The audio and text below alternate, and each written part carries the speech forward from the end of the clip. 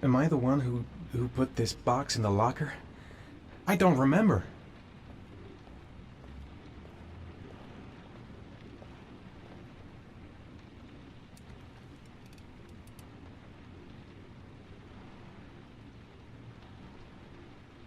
A shoebox. What's the connection with Sean's disappearance? I took a room in the first motel I saw.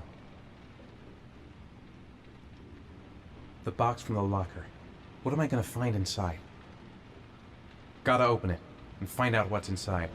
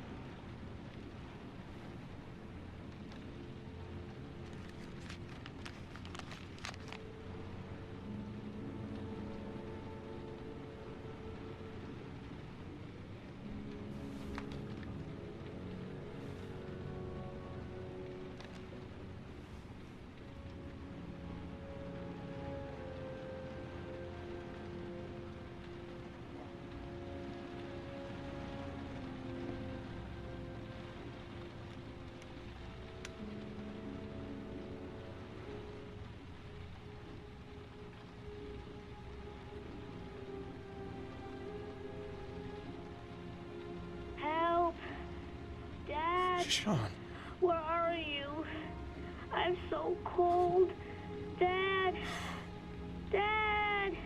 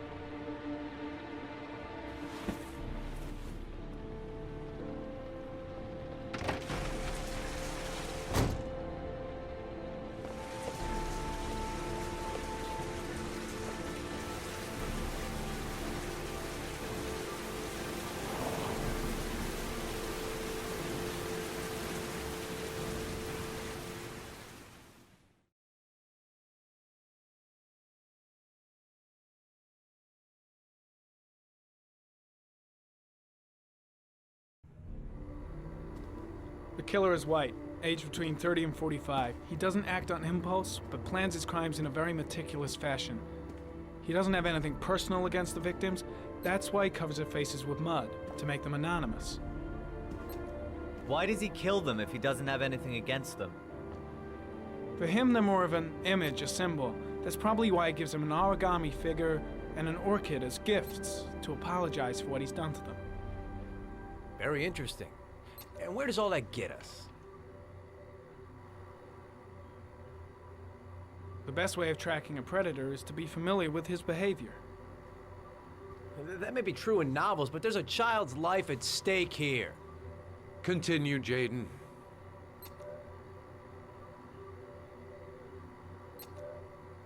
One detail attracted my attention.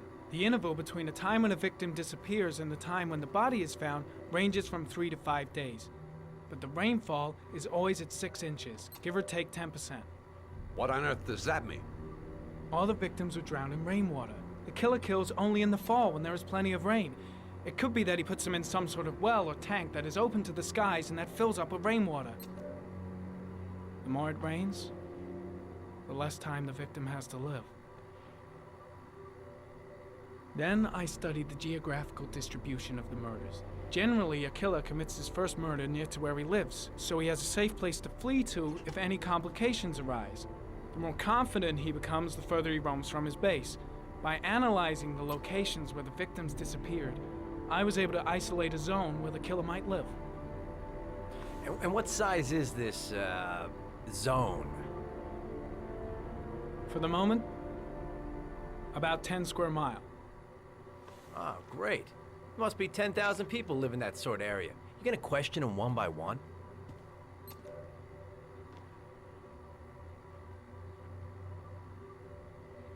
It may not give us the address of the killer, but at least it's something to go on. Blake, if you've got a better plan, I'm willing to listen. Don't be shy. I'm all ears. So what's next? There are 2 suspects whose psychological profile might fit and can be connected to the comfort zone. I'd like to question them. God damn it. We're wasting our time with this bullshit. The killer's out there somewhere, and we gotta get off our asses and find him. The killer is no ordinary murderer. He is intelligent, organized, and methodical. You won't find him by patrolling the streets.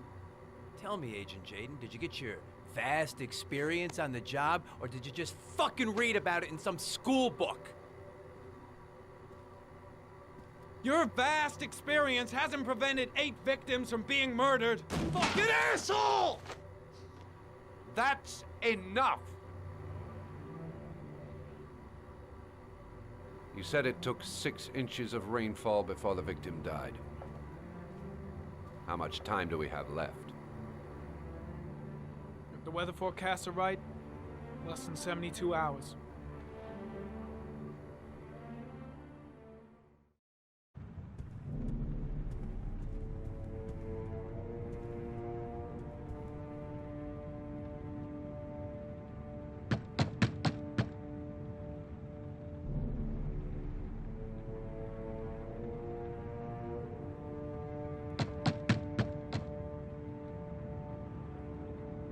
No answer. We waste our time coming here. Maybe we should have a little look inside anyway. There's nobody home.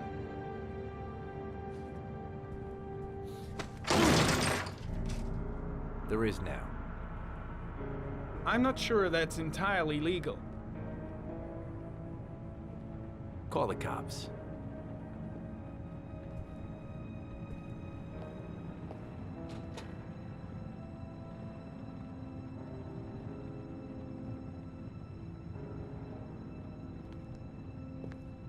Looks like Nathaniel Williams is a pretty religious guy. He's a God-fearing idiot, waiting for the end of the world. We questioned him a few months back because he was causing a disturbance in the park. He was ranting and raving. Said he heard voices. Had this idea in his sick little head that I was the Antichrist. I'd come to Earth to persecute him. Real twisted.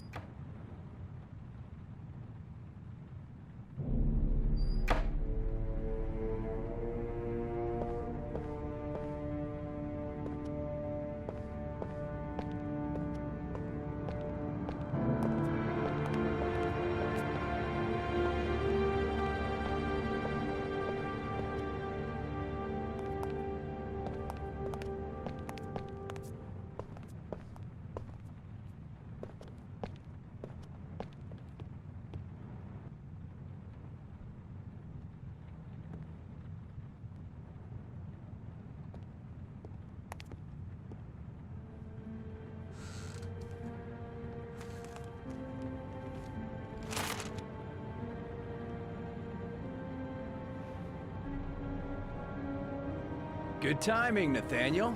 Just the man we're looking for. Angels and ministers of grace defend us. I'm Agent Norman Jaden, FBI. I'd like to ask you a few questions. As God is my witness, I haven't done anything. I'm innocent. Relax. Nobody's accusing you of anything. We just want to talk. Nathaniel, do you remember where you were last Tuesday at 4:30 p.m.? Here. I was here. I was praying. All day. Was there anybody with you? No. No, I was alone.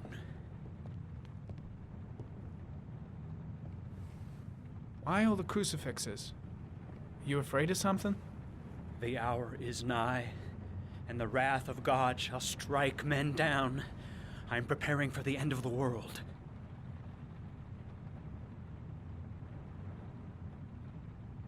Where do you work, Nathaniel? You have a job? My sole occupation is praying to the all-merciful Lord for the salvation of humanity. What about the voices, Nathaniel? Do you still hear the voices? We know who talks to you, don't we, Nathaniel? Or we both know who talks to you. Don't speak that name.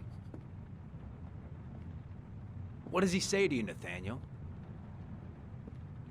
I can't talk about it. You mustn't talk about it. Blake, what are you doing? He orders you to go and find new prey, doesn't he? He needs more and more. That's enough. Leave him alone. No! You mustn't mention him. You'll bring him here. I guess Blake's trying to break him, but what good is a confession if he does? Tormented you all night long. You wanted them to stop, didn't you, Nathaniel? Maybe Blake knows what he's doing after all. That's enough. So you obeyed them to make them stop. I've got to do That boy something. with you and you drowned him. Carter, Isn't that shit! right? Are you out of your mind? No! Stop! Stop! You killed them, didn't you, Nathaniel? Are you gonna confess, you bastard?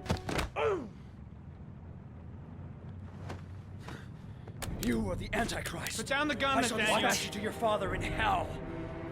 He is the son of Satan. He was sent to earth to destroy us. For Christ's sake, shoot! Drop the gun, now!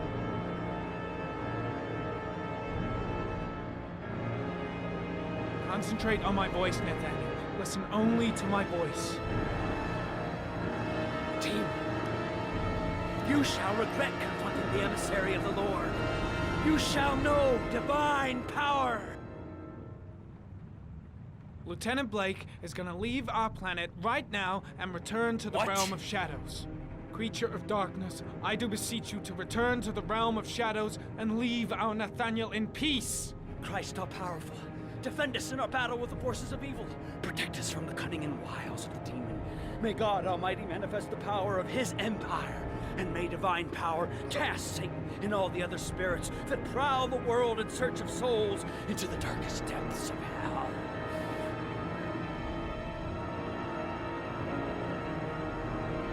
Enough, Nathaniel! Put the gun down! Immediately!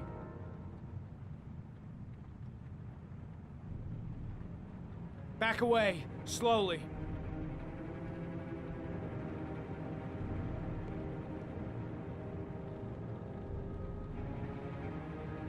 Now drop the gun. Drop it, Nathaniel.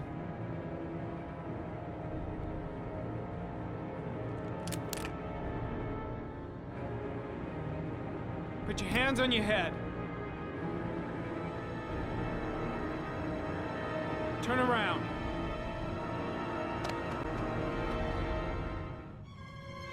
Motherfucker! In the name of the Lord, I exorcise thee, Satan. Okay, freak, the show's over. You're under arrest. Pretty damn cool under the circumstances. I would have just shot him. A gun isn't the answer to every problem, Blake. Maybe not, but most of the time it helps.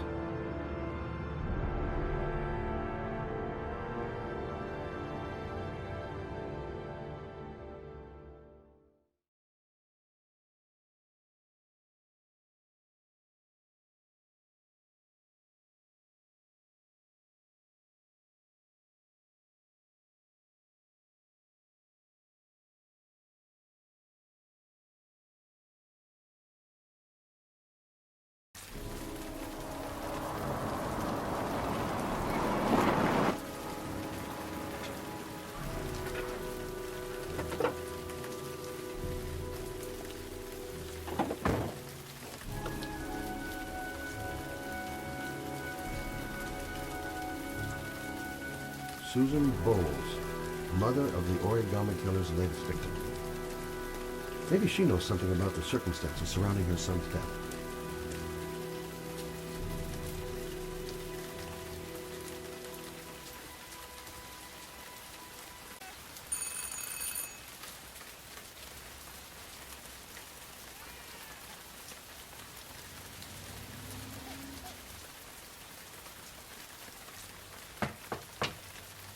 No answer. Baby screaming inside. Not a promising start.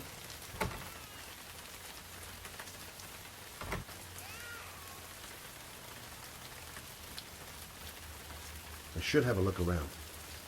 There should be another way to get in.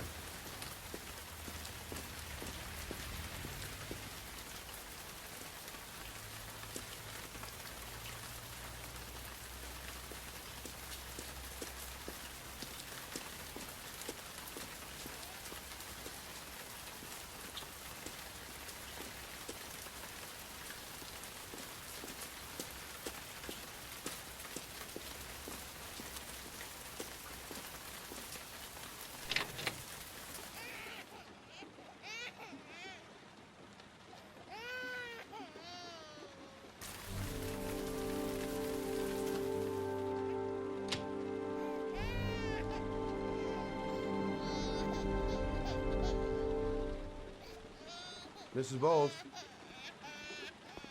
Anybody home?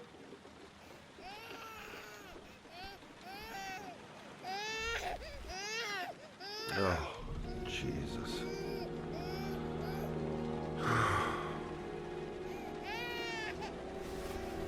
Wait a minute.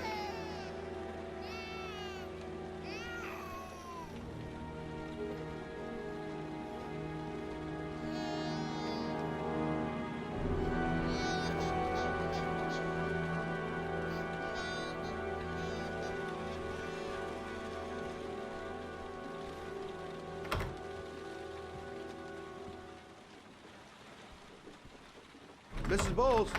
Mrs. Bowles, are you there?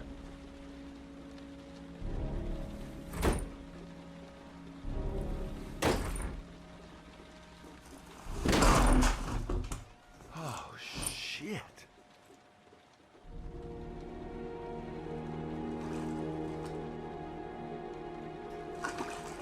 Mrs. Bowles! Mrs. Bowles, can you hear me? Wake up! Wake up!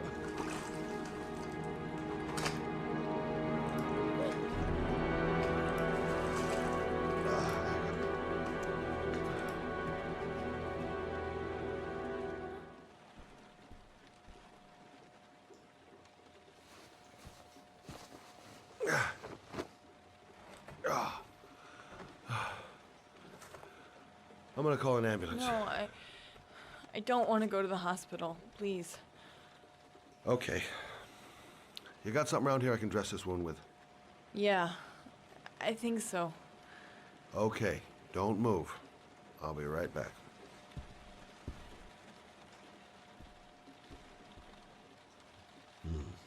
Need some bandages and disinfectant. Gotta be here somewhere.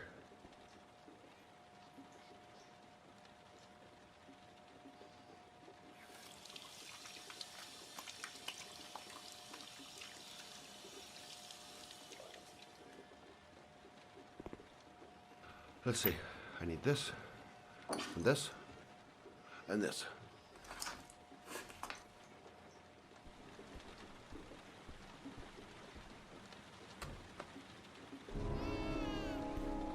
I'm here for you, Susan. You'll be all right. I'll take care of it.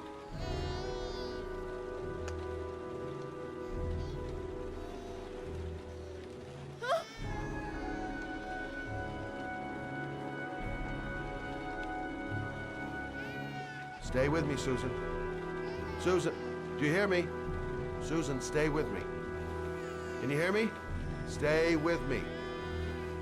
Okay, come on.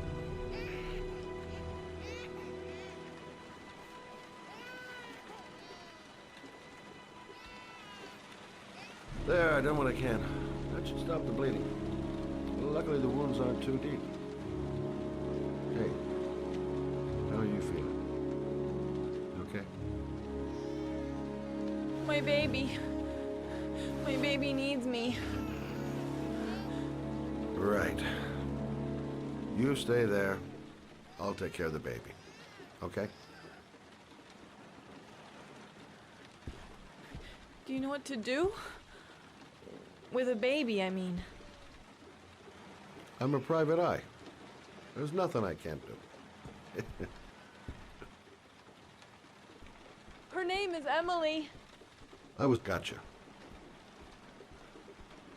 Mommy will live for now. Let's see how Junior's doing.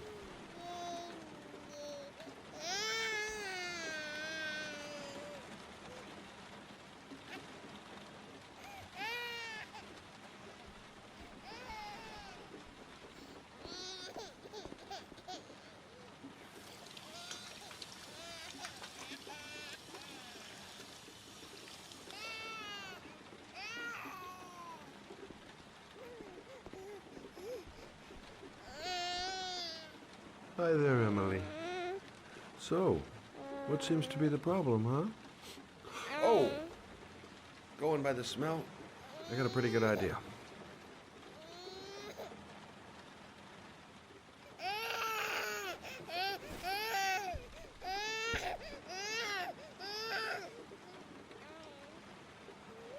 Okay. How do you do this again?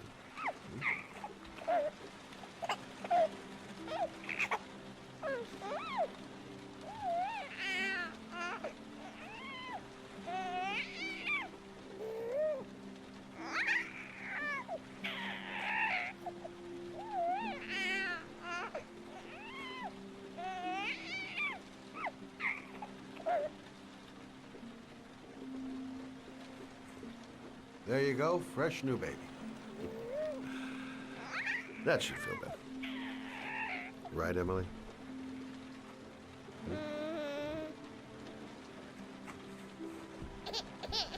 Hey, what's the matter? I thought we solved the problem.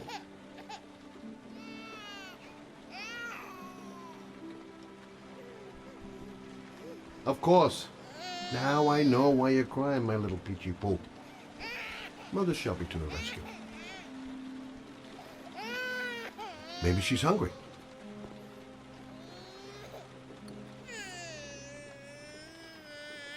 I guess I better warm this thing up.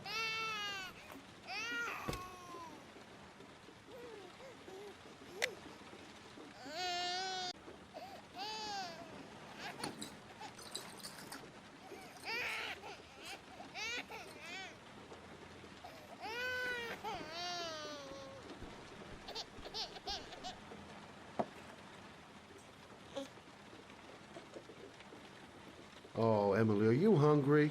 Huh? You hold on. I'll just tilt this bottle a little bit so you don't choke. Okay.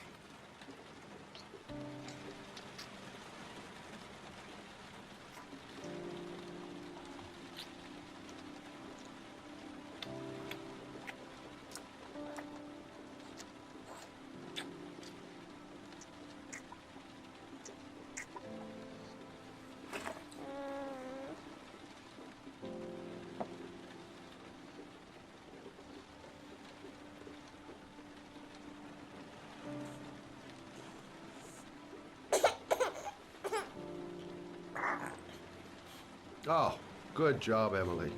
Hmm? You're feeling good now, right? Now, I'm gonna rock you very gently so you can have a nice little snooze. Okay? All right.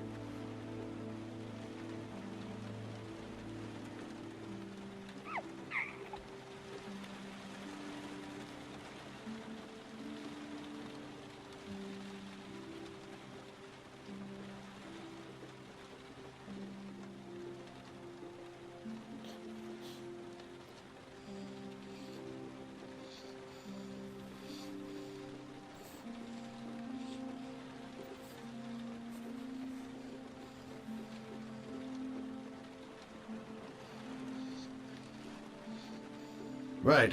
That's about the limit of my maternal powers. Poor kid. Life ain't gonna be easy for her.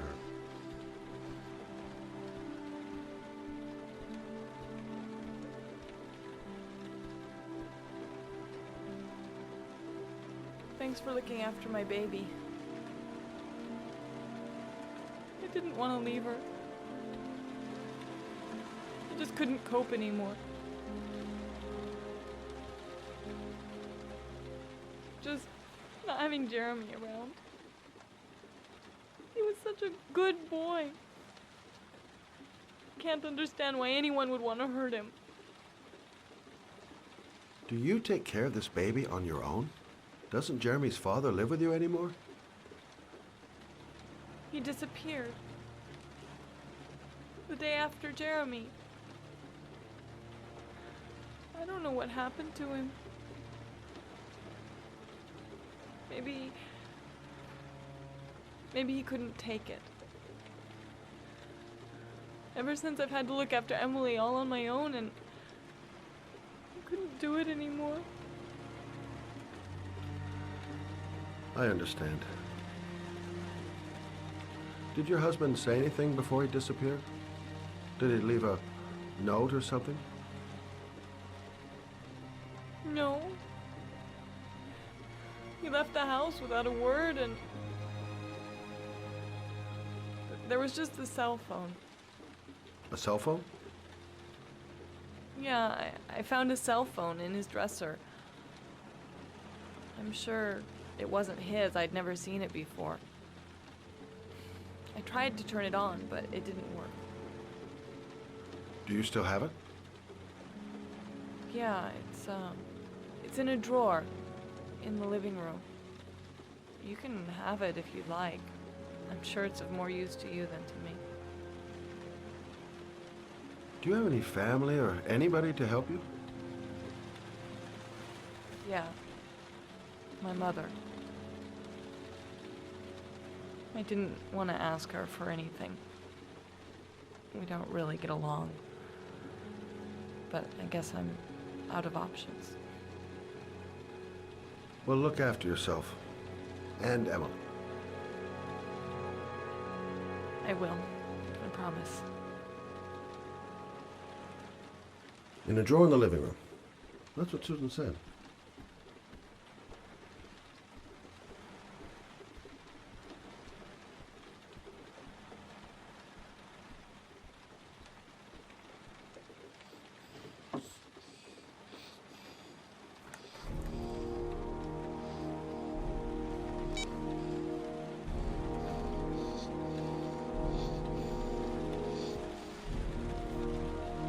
Good luck, Emily.